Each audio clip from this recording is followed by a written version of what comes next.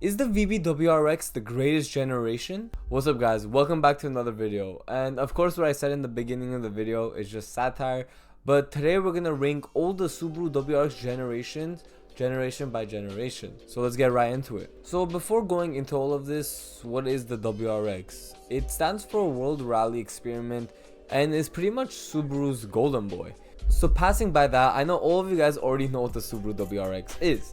But today I'm gonna rank them, like I said, generation by generation, and really just talk about what I think about each of them. And before running into the comments, please do not hate on this video. I'm just gonna talk about which WRX I think is better than the other, and I really like old WRXs. The WRX was really my dream car like a few years back, and finally I have it. Anyways, going into that, let's talk about the WRX that really hooked me in, and a lot of people my age as well, which would be the V8 chassis, the Evo Eyes. So talking about the Evo Eye, it was introduced in 2014, and that's really whenever I had started getting into cars. So I would love to say thank you to the Evo Eye with really getting me into JDM and just the WRX platform overall. The Evo Eye really was a game changer for all WRXs. Whenever it first came out, it got lots and lots of hate, just like how the VB WRX is getting lots of hate right now for its own design. The reason why I'm saying that is because it really didn't look like its normal WRX. The WRXs in the past, with them even having some aggressive angles, were not as aggressive as this one. This one went more with the Evo style, which a lot of WRX fans were angry about in the beginning. But going past that, the performance on this car is super solid and is still the most powerful WRX, with it coming from a range of 268 to 271 horsepower. For its time, it was very quick, and in the rally, it dominated per usual. It had 193 appearances in rally sport events and it had 122 podiums, which is just crazy. Overall, the Evo Eye, or the V8 chassis, whatever you guys want to call it, really did stick up to its name and showed how it's still a Subaru WRX and will dominate in the rally scene. The V8 chassis was overall something not to be reckoned with. But the reason why I have it so low on the list is because it's probably the most distance of being a WRX compared to everything else, without counting the VB. And the reason why I have this lower than the VB is just really of the engine problems. Anyways, going past that, let's go into the position number 6, which is my WRX personally, which is the VB chassis, also called the Sharp Eye, and just many different eyes. So I searched around really everywhere, and for the VB chassis, I couldn't really find the specific eye called for it. The community has called it many different things, and mainly the reason why there isn't an eye is because the whole point why this eye thing was made for Subaru was because of how similar all the past Subarus looked with each other. But let's go on to the VB WRX, because there is no STI anymore, and it's just a straight up WRX. The reason why I love this car is just straight up because of the gearings and how raw it feels.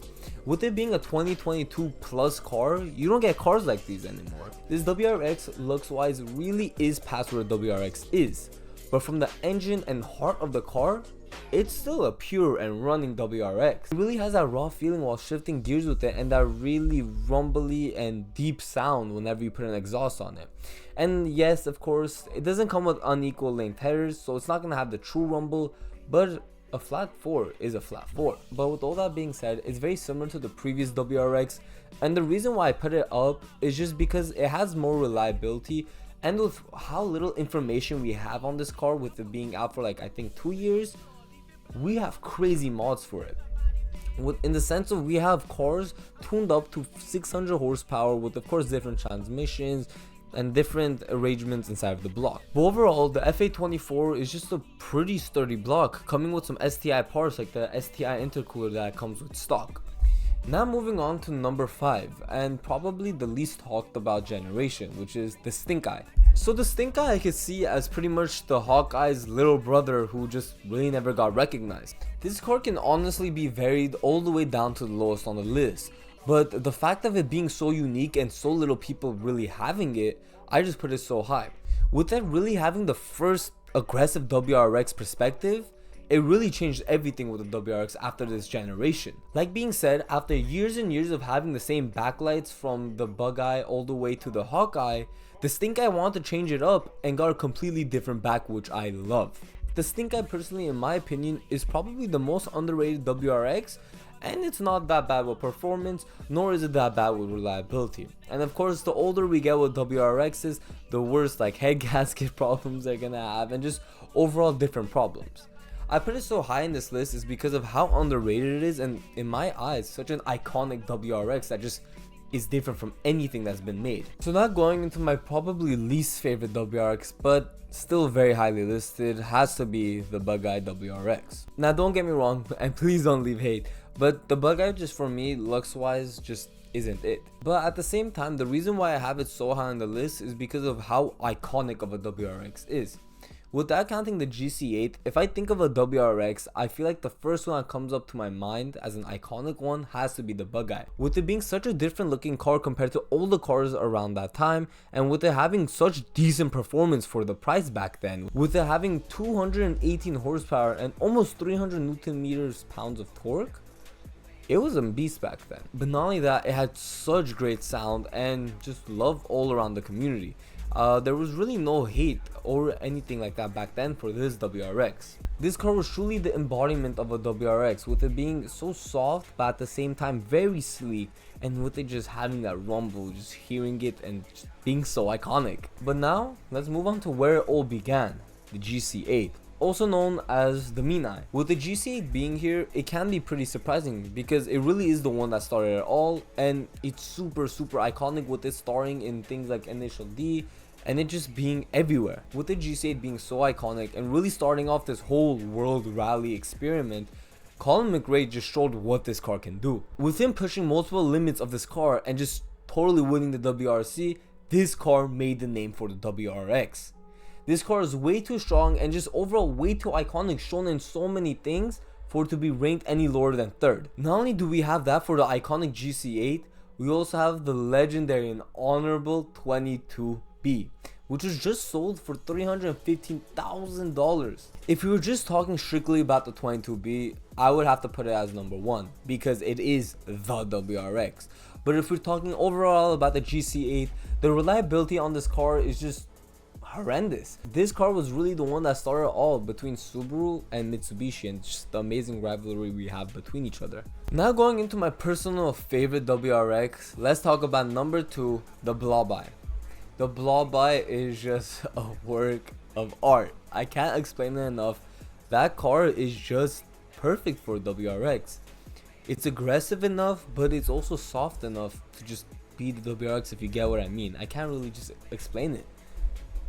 The curves on that car are just something else, and those headlights are just so nice with there being so much aftermarket versions of them. Talking about aftermarket, the reason why I put this car so high, with it not having the greatest reliability, with it being an old WRX, its tunability and really everything with that engine is crazy. With the Bug-Eye and the EJ207 being the fans' favorite, you can see how the aftermarket blew up for this car. This car's aftermarket is like no others whenever it comes to the WRX. There's so much time for when this car was made and so much love for when this car was made. Everyone just wanted it back then and now. I've seen crazy versions of these cars with them pushing hundreds and hundreds and hundreds of horsepower and just sounding so good with the right blow-off valve and the right exhaust system. With that being said, the Blob-Eye truly is my favorite and in my opinion the best WRX. But we have one more WRX past this, and I'm sure you guys can guess it. Having that said, I really don't want to get too much into the Blob-Eye. Let's get past it and talk about the Hawkeye WRX. Now let's pass this and really hit the pinnacle of the WRX, which is the Hawkeye, the car after the Blob-Eye. So the Hawkeye is definitely the first aggressive WRX in my opinion. Yes, the GC8 looks somewhat aggressive, but in my opinion, it's just too old and too boxy to look that crazy aggressive. The Hawkeye, on the other hand, has sharp angles and just crazy looking body. Overall, this car was the whole reason why the Stink Eye became so underrated. With this car coming out before the Stink Eye and it really having a better driving experience, this car made it all. With the Hawkeye having a rapid 0 to 60 with it being 4.8 seconds and having 200 horsepower and 320 feet-pounds of torque, this car was unbeatable at the time. With this car sounding the best, looking the best, driving the best, and overall just being a WRX, who wouldn't want this car? This WRX was truly the greatest achievement I have seen myself from Subaru itself. and this is not going into rally parts. This is talking about straight up street car of the WRX. Yes, overall, the history of the GC8 really beats all of it, but I'm just here talking about the street cars and not the real rally cars. Anyways guys, I hope you guys enjoyed the video, and don't forget, this is all really opinion based and just me pulling up some facts just to prove my point just a bit more.